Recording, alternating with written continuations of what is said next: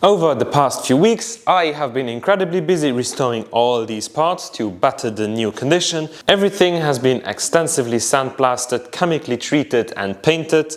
As you can see, everything looks really fancy. I did a separate episode on the drive shafts and the differential, but for the rest I just went with the flow and did it off camera, since it was such a huge amount of work. For the chassis on my 316i, which is a 328 Swap 320 Ci, I was doing a full-on bracket off restoration. What I mean by that is I drilled out all the spot welds on the brackets, removed every single speck of rust on the rear of the car, and then I sandblasted the chassis. And this whole thing of torturing myself left me with this result. I used a wire wheel attachment on an angle grinder to remove all of the old underbody protection. I welded in some reinforcement plates.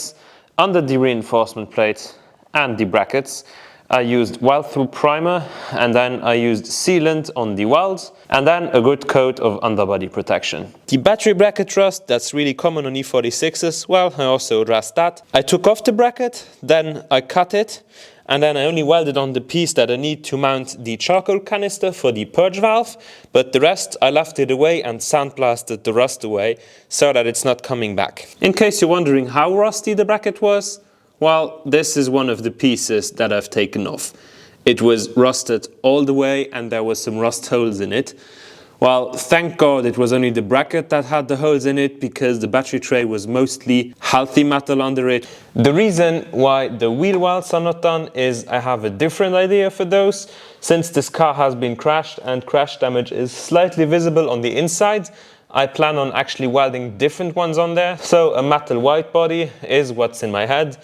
I don't know how I can get that legal, so I'll have to do some more research into that, but that's none of today's business.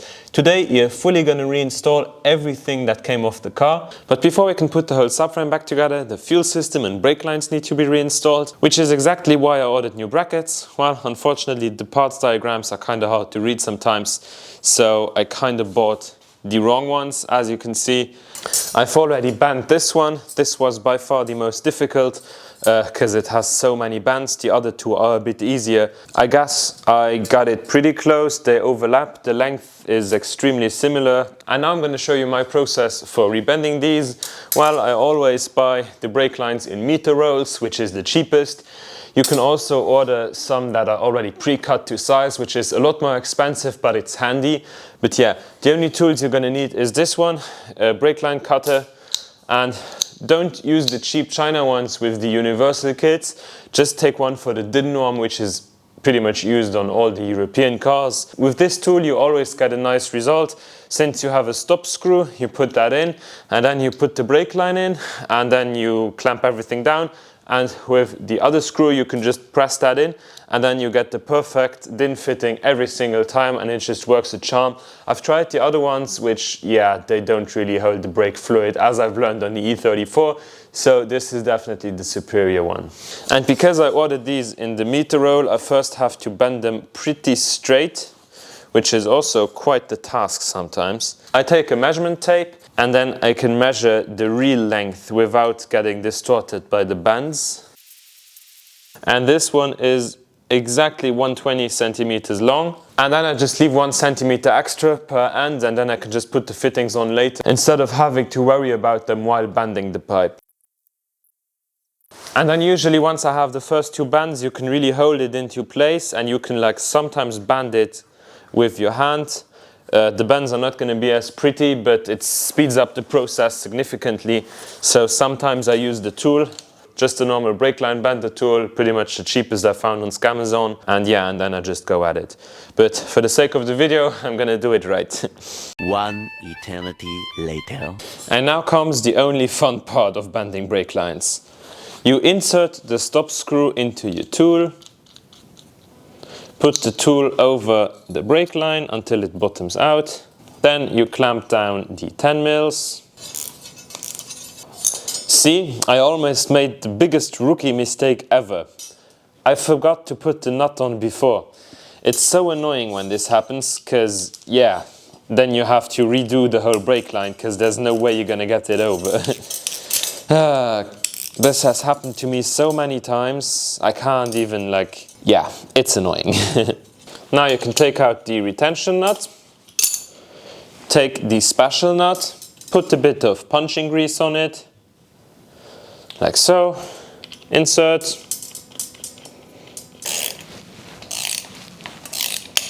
and voila, a perfect DIN standard brake line. Now that we've fully repainted our chassis in orange, we can put back the clips.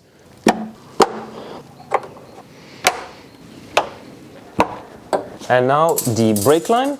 I'm just quickly putting on the connecting pieces onto the brake lines, and then I'm just loosely gonna put it into place right here, because this is the long one, so it goes to this side, clipped in.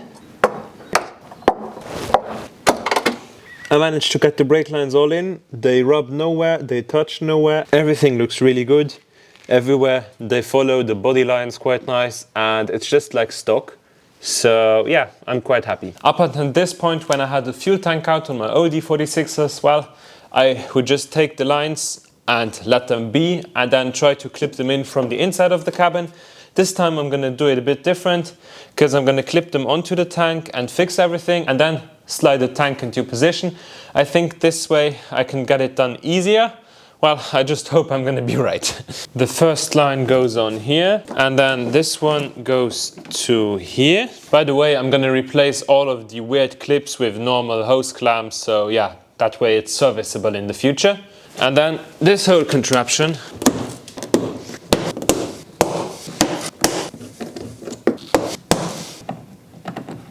this should be the right layout of the pipes, so I think I'm gonna drop the fuel tank in. I've taken my authorization to install the 2 electrical boxes already, which is pretty boring, so I spared you guys the details. My game plan is to snorkel all the fuel lines through there and then slide it up the rams, which are the fuel tank brackets. I've just given them a good clean. These are made from stainless steel and don't rust, so yeah, no worries there.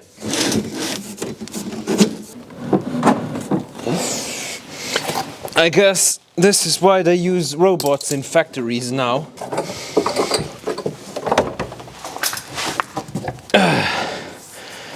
Thank God the fuel tank is empty, because otherwise impossible.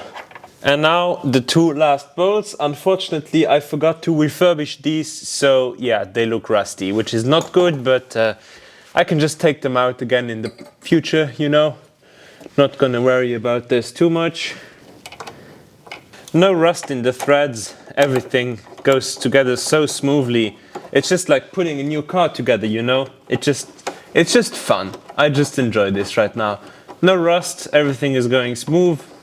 Nice. And the other side, we also got to reinstall these 2 weird plastic thingies. These are for the handbrake cables and travel through the body like this. Also, the wax has fully hardened, so it's no longer that sticky, which is a really nice surprise, I'm gonna be that honest. Now we're gonna reinstall the fuel filler. Unfortunately, I only managed to clean the clamps. They have no rust and no visible dirtiness on them, but they are the old ones. But I unfortunately didn't manage to get a new hose on time, so we're gonna reuse the old one. I actually wanted to delete the evap system, but since it's still working and I have no error codes and it's actually not too heavy, I just decided to keep it. And now the charcoal canister. Unfortunately, I forgot to restore the bolt for the carbon canister, so yeah, not good. Actually, I have an idea, just wait. I just quickly took another M6 screw I had lying around and cut it to size, so now we can use that. And now we just gotta clip in all the individual lines. To get the correct torque BMW wants to have on these bolts, I have to torque by the nut. If I torque by the nut, I can't do it while it's installed. If I ever want to remove these arms in the future, the nut has to sit in the front, because otherwise I can't get the bolt out without dropping the subframe, which is no good. So we're gonna have to torque these before the subframe goes back into the car. On these it works because I've installed some polyurethane bushings. In stock form that doesn't work because, well, you have rubber bushings in there and these need to be torqued while the car is loaded so the bushing doesn't twist itself kaput. We're gonna start with the right side. do pay attention, these are different from side to side. I took pictures and I took this hole as a reference because this is for the headlight leveling sensor. These get 77 Newton meters. And as you can see, I can still move this up and down. So this bushing doesn't have to be torqued under load because the bushing can move within itself, so it doesn't have to be torqued in a specific position. Just repeat on the other side. Also, people hate on polyurethane bushings so often. I can't stand it. Everybody says, well, they squeak. Well, if you install them correctly and use lube, in 99.9% of the cases they don't. Every poly bushing I've installed in the past has never squealed, and they are amazing because they handle significantly better and you can immediately notice the difference, especially when you still have old stock bushings installed. And now these brackets for the sway bar, these get 34 Newton meters. Now this beauty is ready to go back into place. Now that the chassis looks as beautiful as our subframe, we have to install these double-sided bolts where the subframe mounts to at the front. I unfortunately know the torque spec for this, but I have no way to torque it, so I'm just going to do it by hand. And now, after hopefully forgetting nothing, we can install the subframe. I hope I'm gonna survive this and don't hurt myself right now, because this is pretty risky.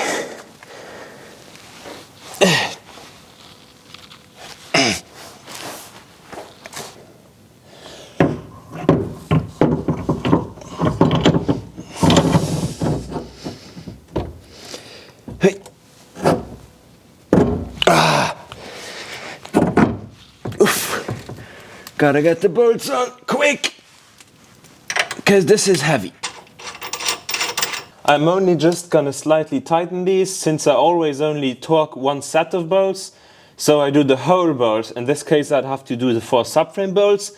But since the front has to come off anyways for the brace, I don't tighten them at all. That way I know that I have to do the rear ones as well in the future. And not forget them. It looks so nice even now. Not everything is in yet, but yeah, I'm dying to drive it. I was just pressing in these bushings, the retrailing arm ones, and then this happened. I used this vise to clamp them in, and literally the casting broke. I have no idea how. I wasn't even applying a lot of pressure. How? I don't know. I'm really confused because this is really not normal. This thing was my granddad's, so I'm quite sad to see it go, but yeah, nothing I can change now. The rest of the bushing installation, since I'm going to do that at a friend's place and he doesn't want to be filmed, so no footage of that. But now we're going to continue installing the one trailing arm that's already done. And before we can install the rear trailing arm right here, we're going to have to install this. And this is the left side. I've refurbished these, but I left the stock bushings in there. I have also decided to never sandblast cast iron again, because in some places the rust is already starting to kick back in. This thing has been sitting in a dry room with 25 degrees temperature, so absolutely no way. Now we just have to push this over, which can be a bit tricky. Oh, last time I had cheap polyurethane bushings, and on this one it just slid over, so great. And then the bolt. That thing gets 110 Newton meters. And because I've had experience with these suckers in the past, well, I personally think it's the easiest to first get the lower one in, then the upper one, and then the front one, because getting these into place is quite difficult, especially when you use polyurethane like I did on my last project. On this project I have spherical bushings, so it should go significantly easier than on the last one, but with polyurethane bushings, that's just a pain. Trust me, you don't want to do that. So that's another reason why I tried to get sphericals in this one. Nice. It's in. Whew. Since these are spherical, I can also torque these down now. On the lower one, I'm still going to set the camber, because that's a camber bolt. On my way to the alignment center, I want both wheels to have full camber, so on both sides it's at least the same, it's going to be way off. But since I only have a 10-kilometer drive to the nearest alignment center, I have no issues with that and we should be good.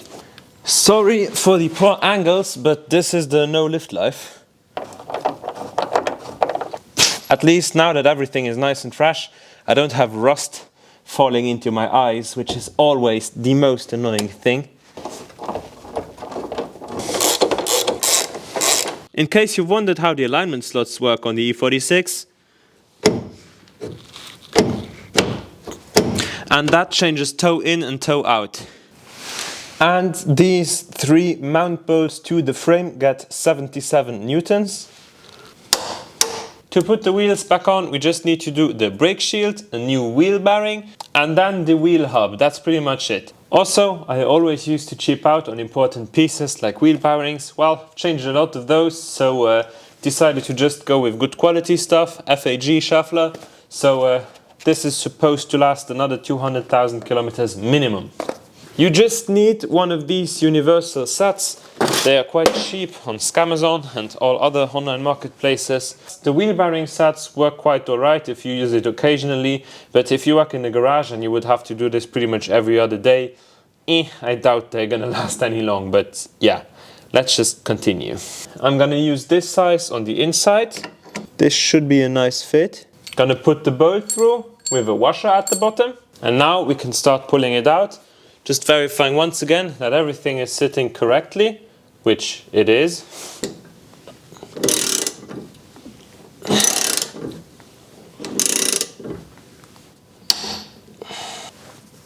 I'm just going to apply a bit of lube.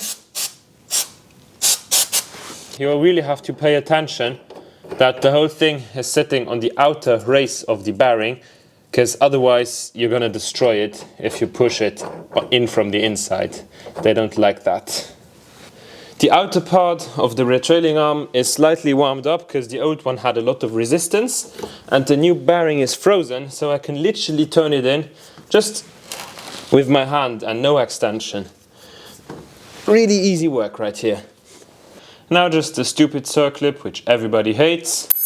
Me included. I'm gonna put a bit of lube in there so it doesn't rust in the race. This is also the opportunity to put our brand used ABS sensor back in. And now a new brake shield. This one is for the 330s, so I had to buy a new one. Also, I've gone over this with some clear varnish. Well, there's a lot of fingerprints on there, but at least it's not gonna rust. Also, these are different from this side to the other, so don't mix these up, because otherwise you're not going to be able to mount your brakes, and if you notice it late enough, you're going to have to remove the wheel hub, you're going to destroy the wheel bearing in the process, a bunch of negative things. So mount these right the first time.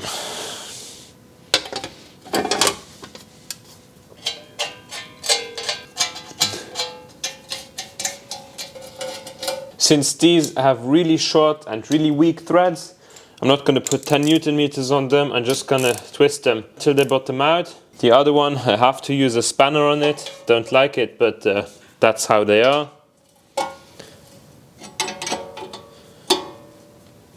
Same on these, I'm just going to put them tight and then they're good to go. I've also put a bit of lubricant on the threads so that they don't rust if I have to take them out in the future, but I hope this is never going to come off again.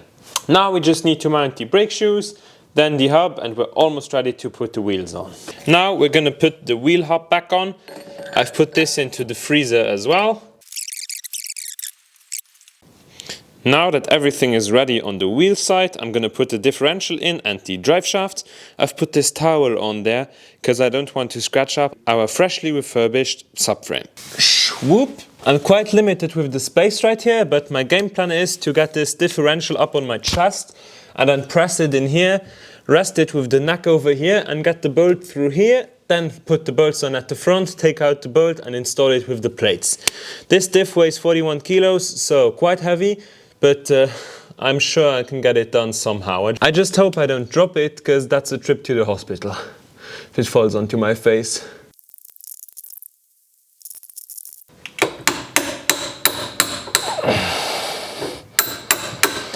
That was a serious fight.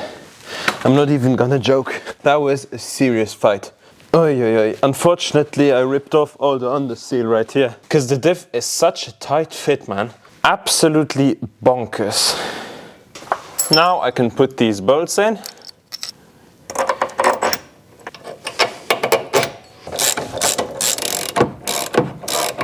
These two front bolts get 95 Newton meters. The rear differential bolt gets a slightly higher torque of 174 Newton meters. And since you can't torque this thing by the nut, plus 10%, and then you put it onto the bolt. So I've got my giant new torque wrench on the actual bolt. Then I put the other one on the nut.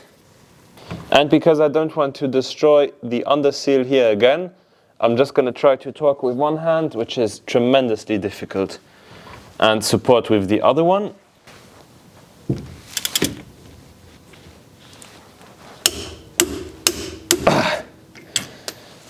So that was 191 newtons. Nice. This is all coming together now. This is almost 3 months of work, so yeah, I'm quite happy I'm finally done with it. On the rear mounting spots, I forgot to put these plates on, which I'd like to retain because it just matches everything. I'd love to mount them the opposite way around, because then the whole metal bushing is going to be hidden, and technical inspection can't fail me because of that, because over here in Europe, in the Western countries, they can be quite picky. And polyurethane bushings are usually no issue, but with metal bushings, sometimes they are a bit picky. And this doesn't work because I would have to use some washers underneath. So for now, I'm just gonna retain them like this, how it was meant to be. Looks a lot nicer already. Are you ready to install the drive shafts? Because if you derust everything nicely and it is just like how they installed it 25 years ago, you don't have to complain about things sticking because it just installs like this. Listen to the click, it is so incredibly satisfying.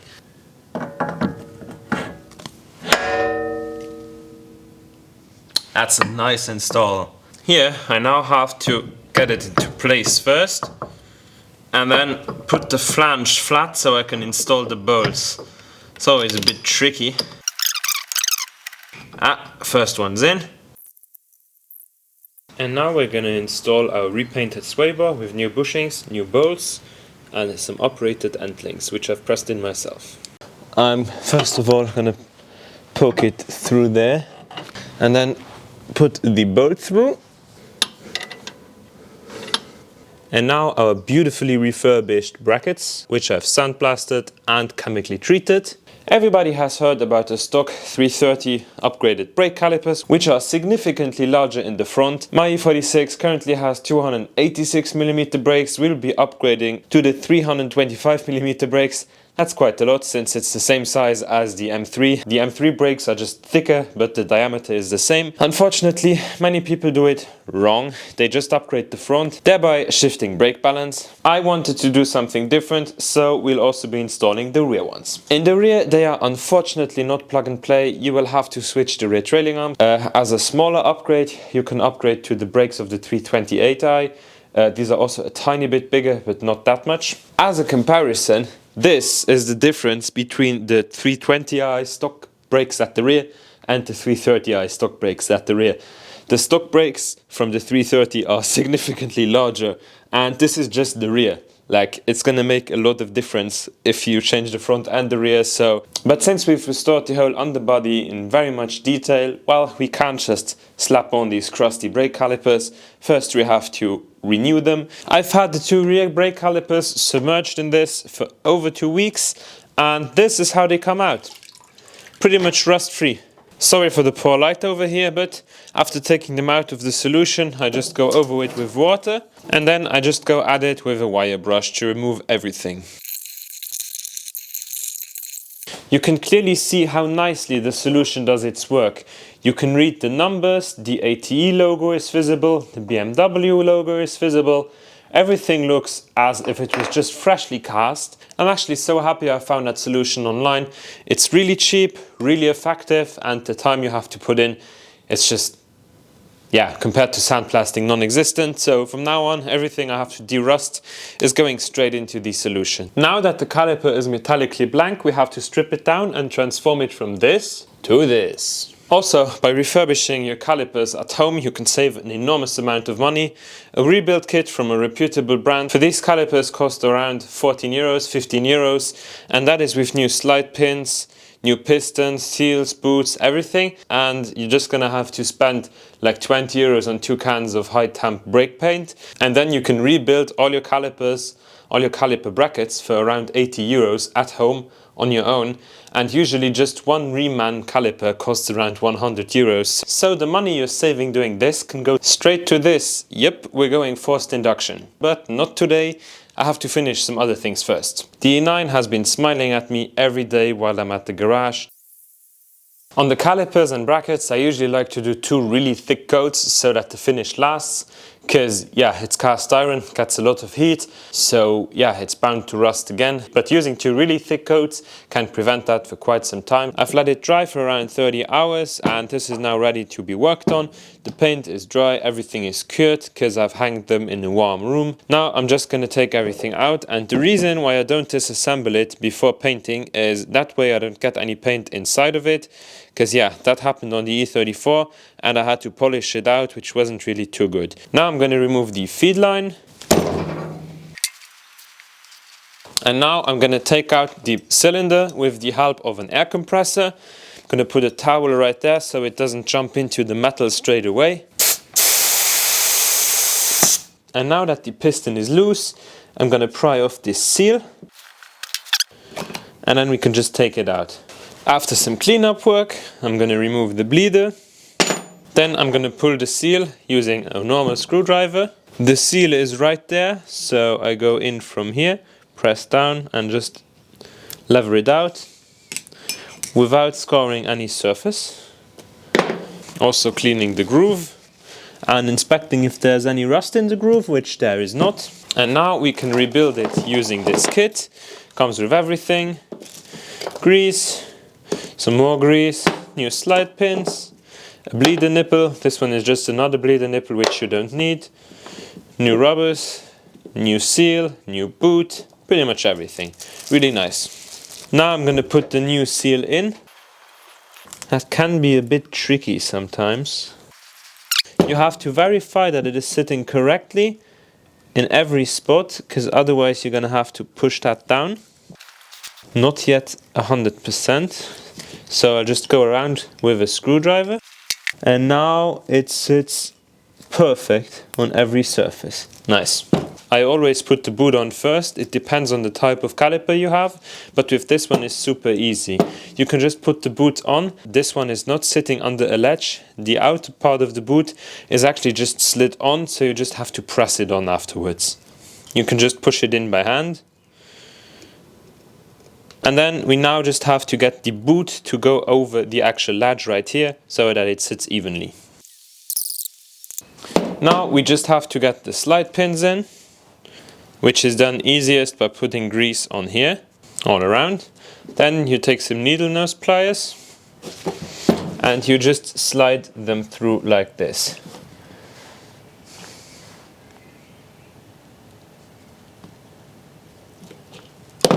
And then you can use your hand to get the rest in.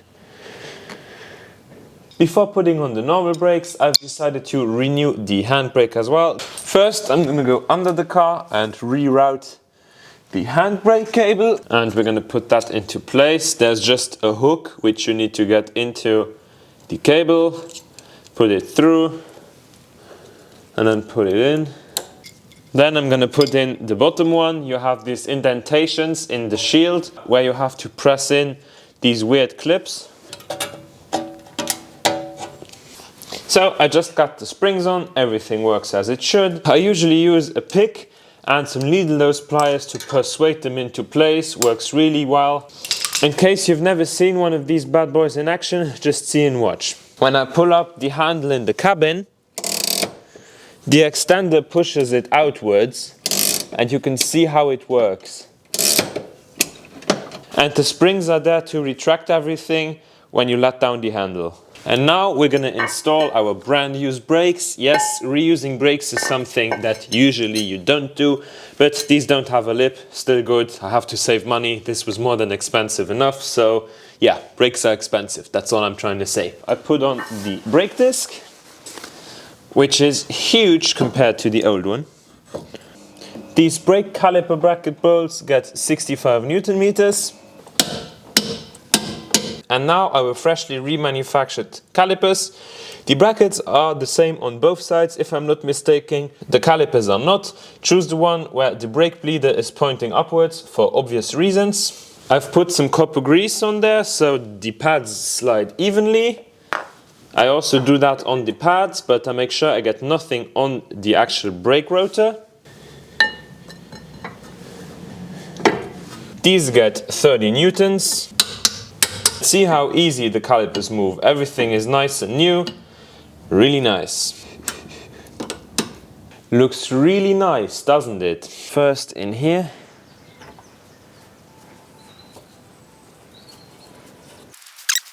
Through here. And then I'm gonna put these small 10mm in.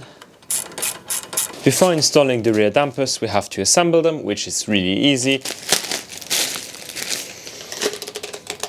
Just twist the bump stop in. Don't forget to put it onto the damper. The larger one goes onto the bottom, and this one is mounted inverse. A new nut, which is a self-locker. Installing the new damper is going to be super easy. Just have to get that thing into place at the top, and then the easiest is to have somebody else hold it up for you, and I'm gonna have to see how I'll be able to do it since I'm just on my own. I've just compressed it and now I'm counter holding it on the actual brake, so I can now hand tighten the nuts the first few turns. And the springs are really easy to put in. And now I'm just gonna jack it up. Torque on the rear dampers is 100 Newton on the load. Now I'm also going to replace the front ones to 330s. Also, we're going to renew the dampers and the top mounts. Furthermore, some new brake lines and a new brake pad sensor. I always remove the hold down screw from the rotors. This should go easy since it's pretty much new. The retention clip. Whew, that was a wild one. Now the calipers. These have been replaced at one point, or the car was actually not driven that much during winter, which explains why the body is not that rusty, but yeah, I don't know.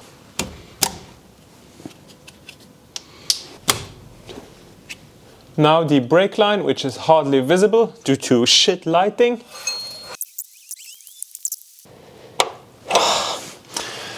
Ah, come on! Of course it started to strip. You have to be kidding me. The other ones went so easy and now this one is taking a shit. I'm done playing. Working on cars is such a dumb hobby, man. I swear to God, the torture of this shit is not even normal anymore.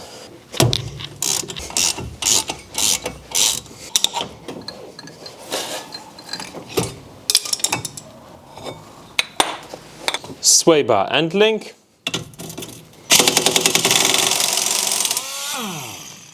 Carrier.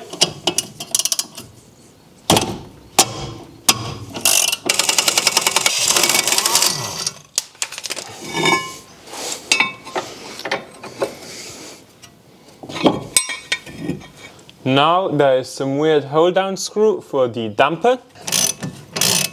Now we have to hammer in the chisel into the groove that prevents the bumper from going out. I'm gonna do that through the suspension triangle. Now the 3 top mounts.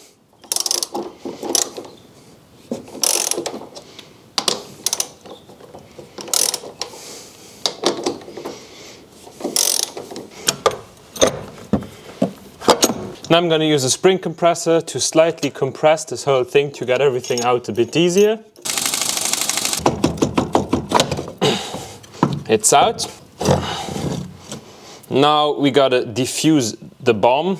Quick disclaimer, under no circumstance do what I'm about to do. Nothing ever went wrong, so I'm going to continue doing it that way.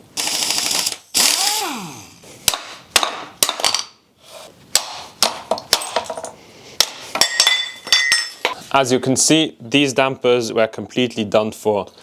Yeah, wasn't working anymore. A new bump stop. Voila. Our new MTS damper, which will be a nice upgrade.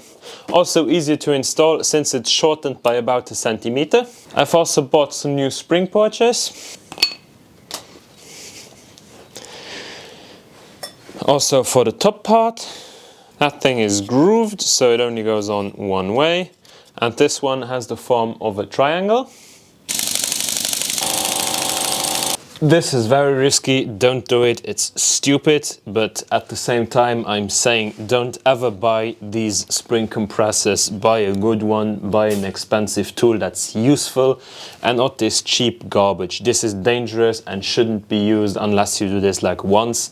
If you plan on doing this more than on just one strut, buy a good one. Also, the only reason why I'm doing this is because with these spring compressors, impossible to get that on the strut because the actual thread hits the top part, top mount or the lower part of the struts. So it is literally impossible to do it without this bomb method. So, and now we have to decompress our spring compressors, which is nerve-wracking to say the least, since you're literally playing with a ton of potential energy. And yeah, that's no bueno. Now, this thing has a groove for this and slides on like that. Then this weird top part.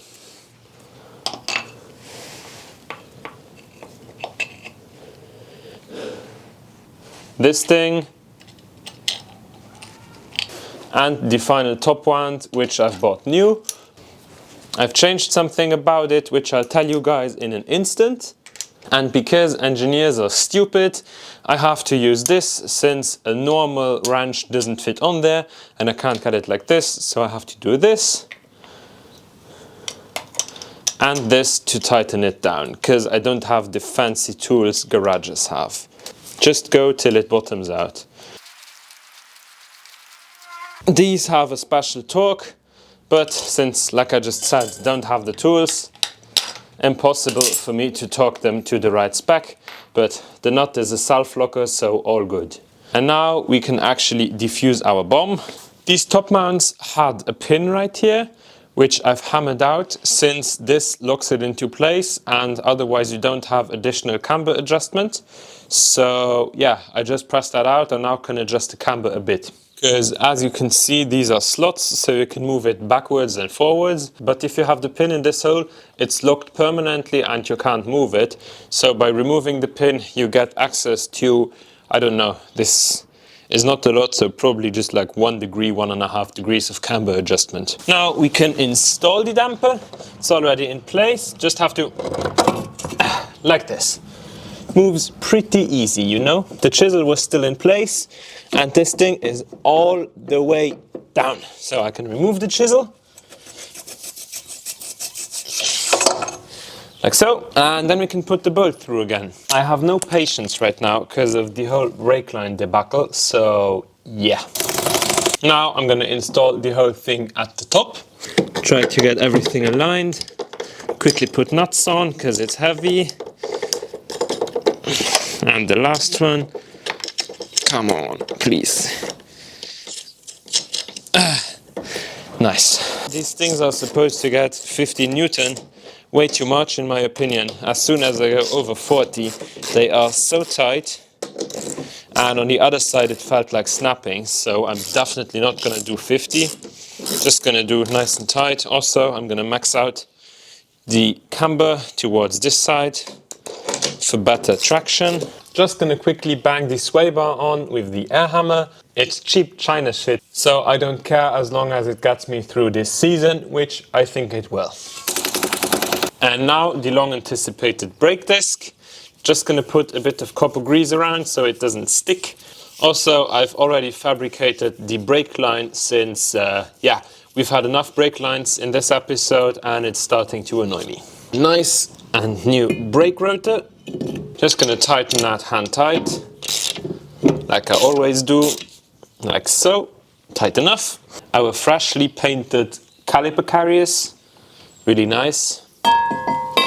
These two bolts get 65 newtons. Now the brakes are so big I literally can't find the bolts around it. Crazy. A new brake pad wear sensor in fancy green. First this one. Then I'm going to put the brake pad wear sensor onto the one that sits on the caliper. Nice. 30 newtons on the slide pins. And a new brake line from Brembo. And last but not least, the clip. Nice. This looks so amazing. I am very happy with the outcome. If you've watched this uber long video to the end, a very big thank you. I'm going to finish the last 2-3 lines off camera, bleed the system off camera. Everybody knows how that's done. Also, sorry for not posting for so long, but yeah, you just saw by the quality and the extent of the work I did. This takes time. Thanks a lot and see you in the next one.